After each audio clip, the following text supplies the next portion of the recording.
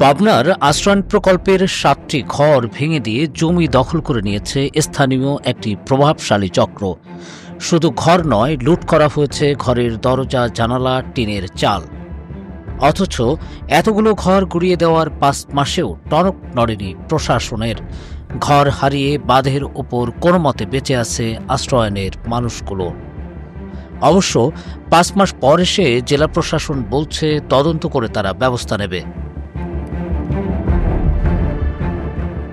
ভূমিহীন ফুলমালা বেগম, বয়স এখন ৪০-এর কাছাকাছি। আশ্রয়নের বাসিন্দা ছিলেন তিনি। এখন পাবনা সদর উপজেলার পশ্চিম জামুয়া বাঁধের পাশে ছোট্ট ঝুপড়ি তুলেছেন। সেখানে গিয়ে দেখা যায় ঘরের দরজায় বসে আছেন ফুলমালা। তার দুচোখ গড়িয়ে পড়ছে পানি। আশ্রয়নের ঘর হারিয়ে দিশেহারা ফুলমালা একমাত্র ছেলেকে নিয়ে এখন ঠিকানাহীন বাসমান মানুষ। শুধু ফুলমালা বেগমই নন, তার মতো আরও ৬০টি পরিবারে একই দুর্দশার চিত্র। তারা সবাই পাবনা সদর উপজেলার ভাড়ারা পশ্চিম জামুয়া গুচ্ছ গ্রামের আশ্রয়ণ প্রকল্পের বাসিন্দা ছিলেন। প্রভাবশালী একটি চক্র তাদের ঘরগুলো ভেঙে জমি দখলের পর তাদের কেউ বাঁধের ওপর, কেউ বা অন্যের বাড়িতে আশ্রয় নিয়েছেন। ৫ আগস্ট সরকার পতনের পরদিনই রাতের আধারে আশ্রয়নের বাসিন্দাদের বের করে দেয় স্থানীয় প্রভাবশালী একটি চক্র। সেদিন কি হয়েছিল শুনুন ভুক্তভোগীর মুখে। গ্রিবের আর্ধান পরেও নয়, পরের বাহেও নাই। ওই সময় আইসি সাইড কাছ থেকে যে লোকজন তোমরা কোনে ৮-১০ জন আছে, তোমরা জিনিস বাইরে উঠে নে গাতে হরো, আমরা তেল ডাইলে দিয়ে আগুন দ্বারা পুরা দেবো।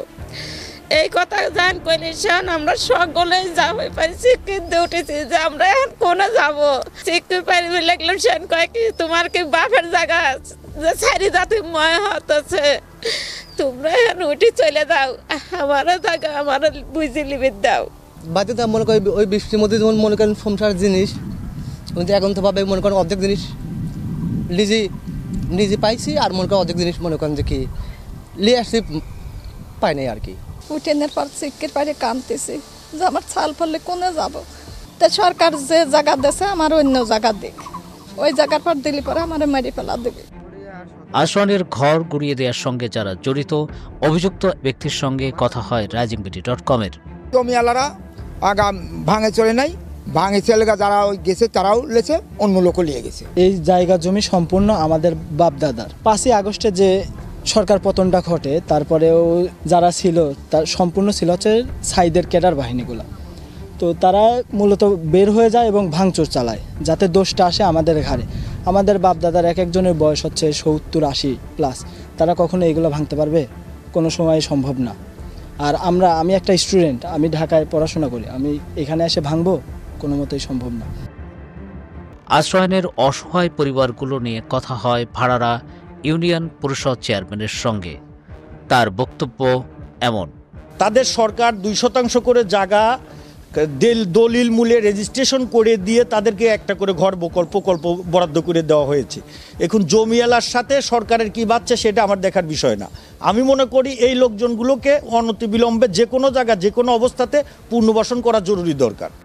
আশ্রয়নের ঘরগুলো ভেঙে দেওয়ার ৫ মাস পরও কেন ব্যবস্থা নেওয়া হয়নি সে বিষয়ে কথা হলে পাবনার জেলা প্রশাসক বলেন, এ বিষয়ে এটি আমার নজরে আসার পর আমি সদরের উপজেলা নির্বাহী অফিসারকে সরেজমিনে পরিদর্শন করে এটি প্রতিবেদন দিতে বলেছি এবং উনি যথারীতি সেটি দিয়েছেন এবং এর আলোকে এগুলো পুনর্নির্মাণ অথবা মেরামত করার বিষয়ে আমরা ঊর্ধ্বতন কর্তৃপক্ষের কাছে প্রেরণ করব।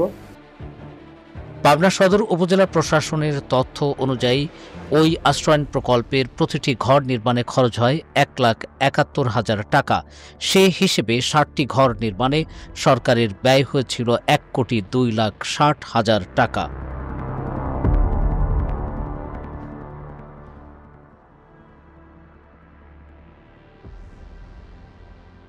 কেউ না বুঝলেও আমরা আপনার প্রয়োজন বুঝি, আর তাই তো অত্যাধুনিক ফিচার সম্বলিত বিভিন্ন সাইজ আর কালারের ২৫০টিরও বেশি ডিজাইন অপশন নিয়ে ওয়ালটন স্মার্ট ফ্রিজ বোঝে আপনার প্রয়োজন।